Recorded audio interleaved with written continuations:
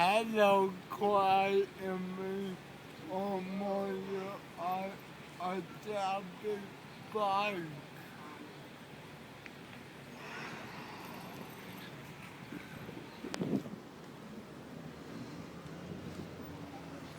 You